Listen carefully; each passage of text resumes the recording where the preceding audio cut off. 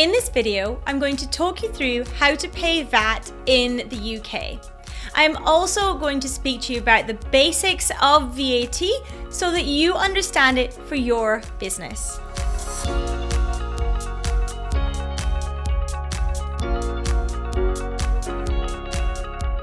If you haven't subscribed yet, hit the subscribe button and the bell so that you know next time I upload a video about all things business money.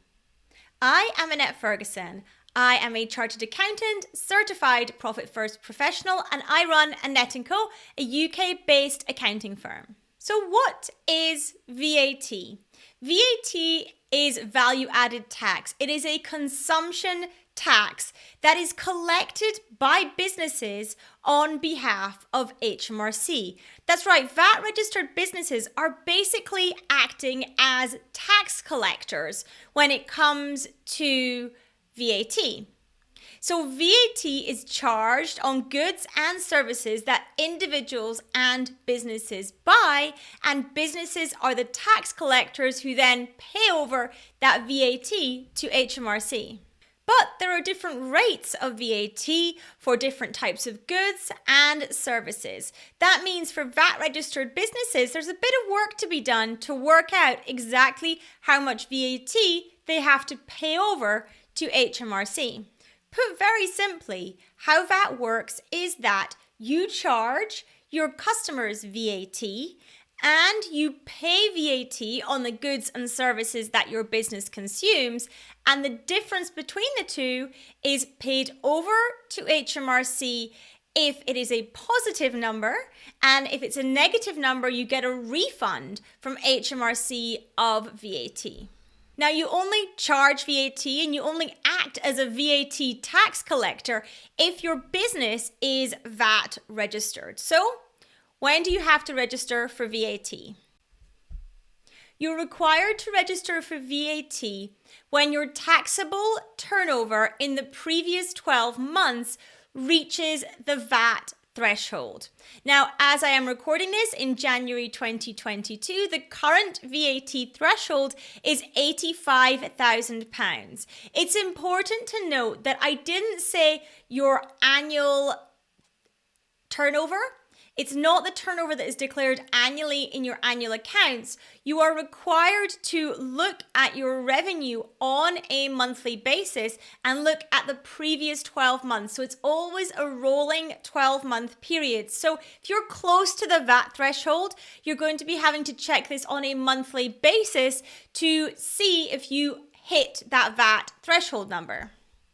As and when you do hit that VAT threshold number, there is a requirement for you to register with HMRC for VAT. This can be done online, and I will put a link in the description about how you can register for VAT online and put the link to HMRC for that. So once you register for VAT and once you're VAT registered, that is when there then becomes a requirement for you to charge VAT on the goods and services that your business provides. Now, some businesses also choose to what is called voluntarily register for VAT. That means registering for VAT before the revenue of the business hits that VAT threshold number. In some circumstances, it can make financial sense for a business to do that, or businesses can opt to do that as well so that they may appear bigger to people than they actually are. So you report your VAT on sales and your VAT on purchases to HMRC in specific VAT returns every 3 months. And on those returns, if the amount of VAT you have collected on your sales is greater than the amount of VAT you have paid out on your purchases, then you are required to pay over that balance to HMRC. However, if the amount of VAT you have collected on your sales is less than the amount of VAT you have been charged on your purchases, then you will receive a refund of VAT from HMRC. So when is VAT charged? Well, there are different levels of VAT rates. There's also things that are exempt from VAT and also things that are called out of scope of VAT.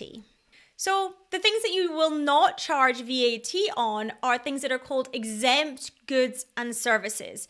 If your business only trades in exempt goods and services, you don't actually need to register for VAT. There is a full list of these exempt goods and services on the HMRC website, which again, I will link to in the description to this video. But some examples of exempt services include health and hospice care and public postal services. There are also items described as outside the scope. That means they're outside of consideration for VAT at all. Examples of these include things like charity donations and sales from hobbies. But typically in the UK, there are 3 VAT rates. The 3 VAT rates are called the standard rate, reduced rate, and zero rated. All transactions that fall into one of these 3 categories are required to be reported when you submit your VAT return.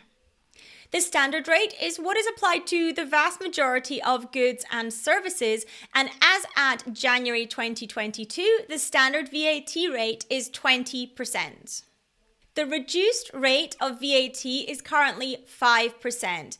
This applies to things such as domestic power, sanitary products, and children's car seats. Now, the zero rate of VAT is where it gets a little bit odd, because technically you charge VAT, but you charge VAT at 0%. So it's a little bit funky. But some examples of zero-rated items are children's clothes and shoes, newspapers and books, motorcycle, helmets, along with other things. So what I've described here so far is the standard method of accounting for VAT. There are also various other VAT schemes that businesses can register for, which alters how you calculate VAT or how you report VAT. Regardless of what VAT scheme you might choose for your business, or if you choose to go down the traditional regular VAT system, you do need to make sure that you keep records for VAT purposes. You need to make sure that you are charging the correct amount of VAT, that you keep track of the VAT amount charged, whether your pricing includes or excludes VAT. You need to record the correct VAT information on your invoices. You need to list all VAT transactions in your VAT account, and you need to show everything on your VAT returns. Now, the thing is that not all your business spending can go on your VAT return. Not all of it can be deemed to be a reduction in the amount of VAT that you need to pay over to HMRC. So some examples of goods and services that cannot be included on your VAT return that you cannot claim VAT relief for. Well, first of all, of course, VAT exempt purchases. Also, anything you spend on business entertainment, like taking clients out to lunch, you cannot claim the VAT on that. Items or services bought from an EU country, anything you receive as part of a going concern transfer, and any items you buy within a VAT second-hand margin scheme. But the good news is that pretty much outside of those things, you can reclaim VAT on the purchases that your business makes, as long as those purchases are for business use. And some extra good news is that in certain situations, you can claim VAT on things that have been purchased prior to you being VAT registered. There is various criteria for this, including that the business must be continuing to do the same thing, and whatever your purchase was, it must still be in use at the time of VAT registration. So it's worth digging deeper into the rules and the criteria around that if you're in this position, but it's something to bear in mind, as you might be able to claim back more VAT in your initial VAT return than you had originally thought. If you are getting value from this video, I would love if you want to make sure that you hit that like button. So when you register for VAT, HMRC will allocate you your VAT quarter. It will be shown on your VAT certificate. If you have lost your VAT certificate or don't know where to find it, you can usually log in to your government gateway account into your VAT account there, and you can see a copy of that VAT certificate, which will list your quarters that you have been allocated from HMRC. Now, what happens is that you are allocated the quarters, and that designates the time period over which you have to prepare your VAT information. So let's say that you were allocated a quarter ended March. That means that your return is January, February, and March up to the end of March. Now, VAT returns are required to be submitted 1 month and 7 days after the end of the quarter. So in the case for that March quarter end, you would have until the 7th of May to submit and pay your VAT over to HMRC. Note, you have to do both so you are not considered as in breach of the submission. The submission needs to be the online submission of the return as well as the payment of the VAT. So every 3 months, you're required to make these submissions to HMRC. They are required to be done electronically. And as part of the submission, you essentially declare your total sales, your total purchases, the total VAT you have charged your customers or clients, the total VAT you've paid on your purchases, and how much VAT you owe HMRC or how much they owe you. Even if you are in a position where you have made no sales and no purchases during the last quarter, if you are registered for VAT, you still have to submit a return. So you'll be required just to submit a return with zeros in all the boxes, but you are still required to do one. So you've prepared your return. You have the information, you've submitted that to HMRC. How do you actually pay them the money over? Well, there are a number of payment options for VAT. You can do same or next day online or telephone banking through faster payments. You can do a CHAPS transfer, which will take, of course, 3 working days. You can do a direct debit or BACS. You can also do standing order if you are using the annual accounting scheme or making payments on account. You can pay online by debit or corporate credit card. You can pay at your bank or building society. Note that if the deadline falls on a weekend or a bank holiday, your payment must arrive into HMRC's bank account cleared on the last working day before it is due. So you need to make sure that you give yourself enough time for the payment to be cleared to not be deemed to be late. In the description to this video as well, I'm also going to include the links to where you can find the bank information to make transfers to HMRC. Of course, the fastest and easiest way is probably to get a direct debit set up so that you don't need to keep remembering to make the payments every quarter, but they automatically will happen once you've made the submission. When you have a direct debit set up, you don't actually need to worry about the payment date because HMRC will take that payment out in time for them to have the funds when they require by the deadline. You also actually usually buy yourself a couple more days of it from leaving your account when you have a direct debit set up. To set up a direct debit with HMRC, you can log in using your government gateway to your VAT account. If you are going to set up a direct debit, make sure you do so at least 3 working days prior to submitting your online VAT return. That way we know that the banking system has properly processed it and it will be in place for that submission. If you file your return late and you have a direct debit in place, then your payment will be taken 3 days after you file your return. Now, if you are due a VAT refund, it's important to note that the direct debit details you have set up for a VAT payment will not be used to pay out a VAT refund. If you are due a VAT refund, you'll need to log in to your VAT account via your government gateway login, and you'll need to update your details, your bank account in your registration details in your VAT online account.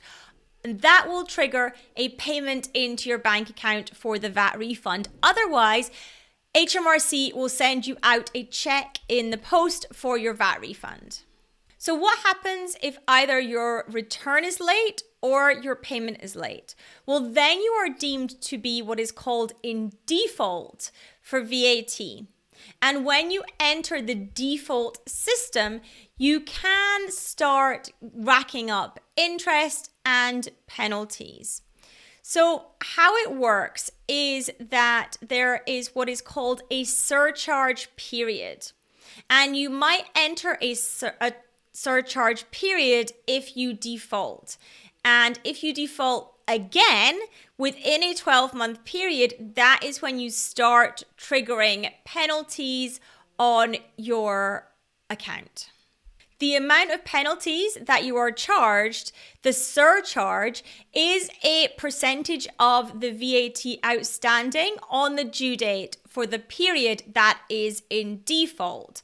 So the surcharge rates increase every time you default again within that surcharge period. So within that 12-month period, they will go up and up. So for example, a second late default in a 12-month period, if your annual revenue is under £150,000, is that there is no surcharge. But if your revenue is over that, you will be surcharged. If you are late 3 times with less than £150,000 revenue, you will have a 2% surcharge on the VAT due. So in the description, I will also link to the surcharge table so that you can see what the surcharge rates are for different levels of revenue and for the numbers of defaults. There are also penalties for if your return is incorrect, if your tax has been understated or overclaimed, and if you send a return that contains careless, deliberate, or inaccurate errors, you can be fined up to 100% of tax due.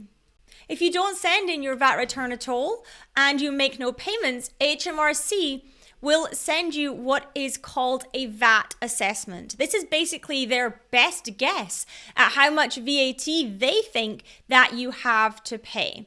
So what you need to do in this situation is you need to send a VAT return in and any payment due immediately, ASAP, as soon as you possibly can. If the assessed amount of VAT is too low, you need to tell HMRC within 30 days. You do this by sending in a correct VAT return and VAT payment or by contacting them. You might be charged a penalty if you fail to do that. If the assessment is too high, you cannot appeal it. You must send in a correct VAT return and VAT payment. If you're late with VAT payments, you also will have interest charged on your VAT late payments as well. So that is how to pay VAT. If you are struggling with accounting for your business, I'd love to help. Reach out to me at yt@annetteandco.co.uk. That's yt@annetteandco.co.uk, and let me know how I can help. Be sure to like this video if you enjoyed it. Thank you so much for watching. Hit the like button, subscribe, and I'll see you in the next video.